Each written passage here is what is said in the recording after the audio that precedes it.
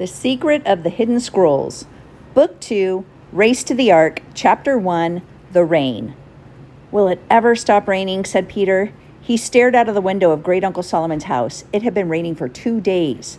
Peter wanted to go outside and explore the woods. "Roof!" barked Hank. He dropped a ball at Peter's feet. "It's too wet to go outside," said Peter. Hank picked up the ball and dropped it at Mary's feet. She didn't look up from the book she was reading. "Woof!" Hank barked so loudly, Mary almost jumped out of the comfy leather chair. Hank dropped the slobbery ball into her lap. "Yuck!" She picked it up and threw it. It hit Peter in the back of the head. "Ouch!" Peter rubbed his head. "Why'd you do that?" "Don't bother me," she said. "I'm reading." Peter couldn't understand why Mary read so much. She read about history, science, animals, and space. It was almost like she enjoyed it. "What are you reading?" asked Peter. Mary held up the book, The History of Dogs, A Tale of Survival from the Bark Ages to Today. "Sounds boring," said Peter. He threw the ball down the hallway. Hank threw it back. "It's not." Mary showed them a picture of a wolf. "Did you know that Hank's great-great-great-great-great-great-grandfather was a wolf?" Hank growled at the picture.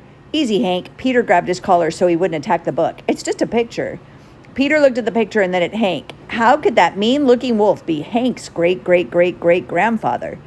"All dogs come from wolves," Mary said. She showed Peter a picture full of dogs. In fact, there are more than 340 breeds of dogs that come from one wolf. "Woof!" barked Hank.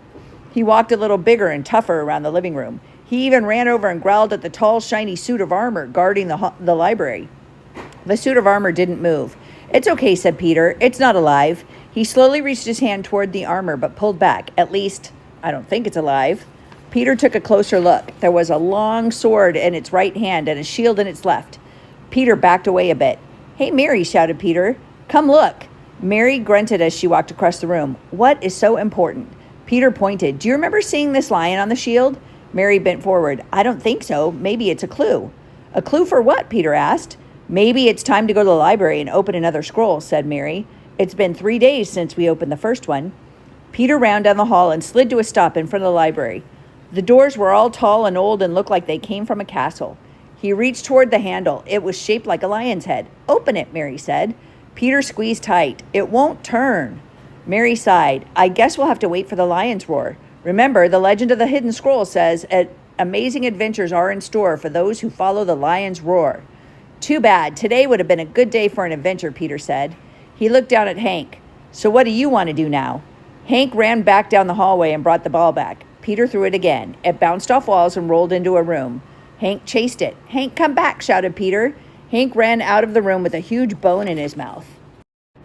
"Drop it," said Peter. "You don't know where that bone has been." Hank would not drop it. "It could be from an old mummy," said Peter. Hank dropped the bone and growled at it. "Come on, let's put it back before we get in trouble." Peter picked up the bone and began to walk down the hallway. He wondered when the lion would roar again so they could go and open another scroll. "Woof!" He walked toward the doorway of the room. When he looked in, his mouth dropped open. "Mary," he shouted, "you have got to see this!"